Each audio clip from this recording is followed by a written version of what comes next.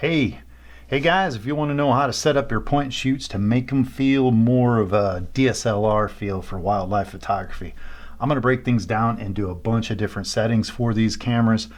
It doesn't matter what kind of point and shoot you have, it's pretty much all the same. I've used Panasonic, Sony, Olympus, these are Nikon, Canon, you name it. There's a lot of things, well, I don't want to say a lot of things, there's a fair amount of things you got to change in the settings to get some really good results. I think you guys have seen some of my photographs at 2,000, 3,000 millimeters. I've had some comments, guys, that have asked, you know, what kind of camera I was using, what kind of DSLR, mirrorless camera, and when I tell them it's with a point and shoot, they're kind of blown away because along the lines of they just don't think it's possible. The premise is this, we know this, that the full frame sensors and all these other cameras coming out really have put the stress. The camera market for the small sensors have pretty much died out except for the super zooms here. So if you have a point and shoot, you know, there's definitely some advantages. Take a look at the P1000, 950, all that kind of review. But really it kind of comes down to this, accessibility of being able to carry this that has just as much zoom as this $3,000 unit here. Actually, this has a little bit more zoom, and being able to have access to it when you really need it to get the shots. Now, you can use it definitely for full-fledged wildlife photography. You just have to be careful in your settings, which we'll go over. Originally, I want to break this into three parts. One is the camera setup. We're going to go through the menus. Like I said, it's universal for every point and shoot, and I actually follow these through to my DSLRs, my mirrorless cameras. It's the same process, so nothing's changing, but you got to squeak out that kind of performance. The second part is the usage, how I actually use the cameras, you know, manual focus, the fastest speeds, maybe, you know, the best part of the lens, all these kinds of other little settings. It's a second follow-up I want to try to do in the usage section. And then the last section is actual composition. You know, how are you setting yourself up? A little angle here, there, you know, the dynamic range of the scene, all these things kind of play a role into giving you the best photograph. So let's jump in here. Let's jump in. You guys probably seen some of the photos. I'll put some more up here and here as we go through. First thing we have to realize here is the camera. It's a little itty bitty sensor. It's probably 20 to 50 times smaller than a full frame camera. You got to take that into consideration. You got to use the strengths and weaknesses of these systems to make them really shine, or kind of shy away from the weaknesses and amplify the strengths. So the first thing is this. I was using this camera. I'm going to show you two photographs, and I apologize if you're a skilled photographer, but we got to get everyone up to speed. Some of the guys that might not know how to go off auto mode. So I kind of want to explain the auto mode. So two photographs. The thing is one was shot automatically, just automatic exposure.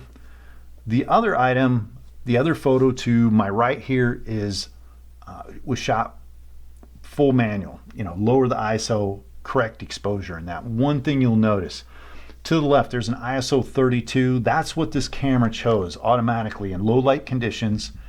Backlighting, the lighting wasn't that bad, but automatically the camera chooses an average exposure. And I think that's what most people don't understand. When you let the camera kind of automatically do things for you, it has no idea who's actually doing the photography with it. It could be an 8-year-old, or it could be someone that's a lot older with a lot of shaky hands. And so what it's trying to do really is compensate. And the first step for automatic exposure is to absolutely try to get you a sharp image at all expenses. And so if you see this photo to the left here, it's using ISO 3200. And a little bit later, I took the photograph, it was a little bit darker. You'll see an ISO 6400. And it's almost unusual. That's maxed out at the ISO that this camera will provide. And the main thing is ISO and noise are the absolute worst offenders, or they will kill your detail of your image right off the bat. And you have to get out of that mode, and you have to put it into I'm going to say aperture mode. That's the mode I work in. So let's go through that real quick and change things into aperture mode, because we got about 6 other settings we need to look into. So what you want to do is, you know, with the Nikons here, you want to actually get off that automatic camera and probably go to A, which is aperture mode. And that's the first step, because if we get off, you know, automatic mode, we can change the ISO, we can get rid of the noise reduction, we can do a lot of little things that add up to some very big benefits as we move on. All right. So we're set up, we're out of automatic exposure mode, off that little camera icon, we're in A, aperture priority. The thing we have to realize here is absolutely most important thing is to use low ISO. I cannot stress this enough. ISO 400, 200, 100, just about every camera I've used, little small sensor, that's what they tolerate. So let's go into the ISO settings and set that to, let's say, ISO 400. Generally, that's my max if I want decent photos. And a lot of times I prefer 200 and 100.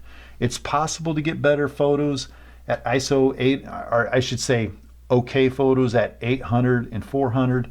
I just watch that, because the higher ISO you go, you start seeing a deterioration in your texture quality. Feathers start to get matted out. Eyes get a little blurry, as you guys seen with the ISO 3200, 6400 that these little cameras will do. It's pretty much ISO 100, 200, 400, negotiate it from there. But once we set that up, we're ready to kind of go into the next setting. So the third thing out of 7, third thing here, we're going to turn off noise reduction. I know what you're probably thinking right now. You know, we hate noise, right? I just mentioned noise actually kills the image, and that is so true, but noise reduction does as well. It's not necessarily a friend, you know. Noise reduction, people will think, oh, well, it's just going to take care of the noise. No, it's kind of like the lines of, let's say you have a nice painted wall and someone actually puts an ink mark on it. And then someone actually wants to clean it for you, so they take a Brillo pad to the entire wall. They're not only taking off the ink, they're taking off that nice paint that you just put on the wall as well. And so that's what noise reduction does. It's indiscriminate. It's like a nuke weapon just going in on the surface of your image and removing what it thinks is noise. Yeah, it's going to remove some of the noise or most of the noise, but it's also going to remove fine detail. You know, an animal's eyes, its feathers, the background. It's going to eliminate all that. So I'm going to show you here. We're going to go down into the menus and we're going to get rid of the noise reduction. We're going to turn that off. These Nikons don't have an ability to turn them off, but it has ability to turn them down to the lowest settings possible. So that is the case. And I've even heard that if you even shoot in RAW, that the noise reduction doesn't get removed off these cameras. It still does something. So safety bet, not all RAW is created the same. Just set the camera to this and you guys will see that. All right, step 4. Turn down your exposure. Now every camera has some kind of exposure. The thing that you got to realize is, and even with Micro Four Thirds, is all these cameras, they measure hot or shoot hot, and that's a term for slightly overexposed. I don't know what it is, but Micro Four Thirds, Panasonic, they shoot probably -3, -7 EV hot. I always turn it down, and it's no exception to this. Even the metering that you're going to go through, it'll say a certain thing. So go in the actual menus here. I'll show you the Canon and the Nikon different versions of how to set the metering. You want to go -3 and -7 depending on your light. Like if it's really bright and you might have a white bird or a bright bird, you might even go down to -7 or -1. Even with your automatic exposure, which we'll talk about here in a sec. But what this also allows you to do is get a faster shutter speed. So we're always trying to get that ISO down as far as possible, but jack up the shutter speed as fast as possible. Because the one downside is in your exposure triangle, that essentially you can't have your ISO high.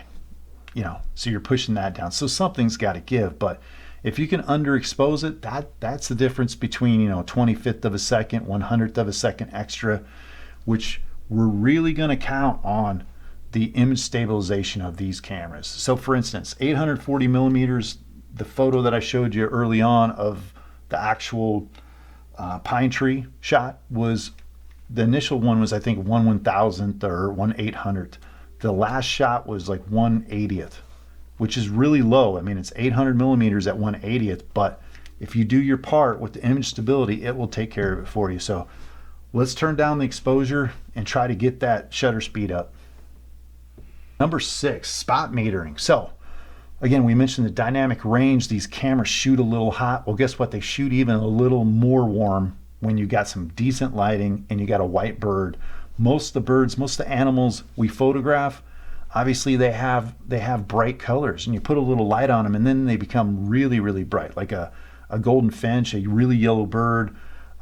These birds here, they have a white chest, or a melallark or something like that. They have a white chest and overexposed. So if you center or spot meter off, let's say the head, the eyes, to get the focus, and you're metering off that, your shutter speed is going to get kicked up, which is everything you want. And you're not going to overexpose the body and get, you know, any blown out colors. So use that, set that in your camera. I'm not going to show it here, but just be curious. If you're starting to see birds where they're starting to have blown out body parts, that's the part you actually want to meter, and it will kick up your shutter speed and you'll get everything else in focus, sharper, better. All right, last part, shutter speed, shooting in continuous mode. Here's the thing. I mentioned the shutter speed, the low probability because birds move. The smaller the bird, the faster the heart rate. So generally the faster it moves. You know, you got elephants really slow, about 1 beat a minute. One of these little birds, like 200 beats, 400 or 500 beats a minute, that kind of situation. So they move a lot quicker. So if you have 1/100th of a shutter, you have a lot less probability of capturing it. Now, the purists with a full frame would probably just crank up their ISO and shoot at 1/1000th and just freeze it right there and get nice sharp images. But we don't have that luxury. But there's other things you can do, and that is, I shoot generally in cameras with most of these cameras, Olympus, Panasonic, I shoot in continuous mode. And that allows you to do a few different things. Now, these buffers on these Nikons are not the greatest, so I shoot in low continuous mode. And what that does is it gives you a little bit of usage and functionality that you're only pushing the button one time, and your focus is frozen. So you hold it, you click, and immediately you're already focused on the bird. Let's say it's on a stick or something like that. Just hold it down and just let the camera do the work. Just capture every photo you can, and then you're going to go back through. And I know you think this is kind of sloppy work, but this is the exact same process I do with my DSLRs, my mirrorless, whatever it is. You'll have probably maybe 25, 50 of the same photos of a bird on, let's say, a stick, but their head moves around all different directions. Some of them blurry, some of them not. And you just pick the best one. You want the one with the best eye contact, obviously, and light glimmer in the eyes and all that. And the only way you get that is you can't control these animals, so you just punches and bunches. Just hold down the trigger. You can try medium speed, high speed, depending on your buffer of your camera. For the Nikons, I generally stick to low buffer. It's not the greatest speed, but I can sit there almost like a long time and just capture photo after photo without the camera locking up. That about wraps it up. You know, the biggest thing is these settings kind of set you up for post-processing. You know, you're doing the least amount of damage to the files. Even if you shoot JPEG, I shoot JPEG, you can get some really good results off these cameras, as I mentioned, and it's fun. They're liberating. You're not carrying around a lot of equipment. It's like one camera does everything, and that in itself can be good. You just kind of got to watch these little things. These little things add up. And, you know, again, I don't shoot RAW, but if I only had one camera system, let's say it was Nikon, I would probably shoot RAW, give it just that little extra degree of flexibility. But other than that, I want to know if you guys felt this was useful. You know, what kind of other questions do you have? That kind of thing. If you like this stuff, you know, hit that subscribe button. It really helps. Not necessarily the financial aspect, just figuring, you know, if you appreciate that kind of stuff. And hopefully I'll see you next week with the usage section.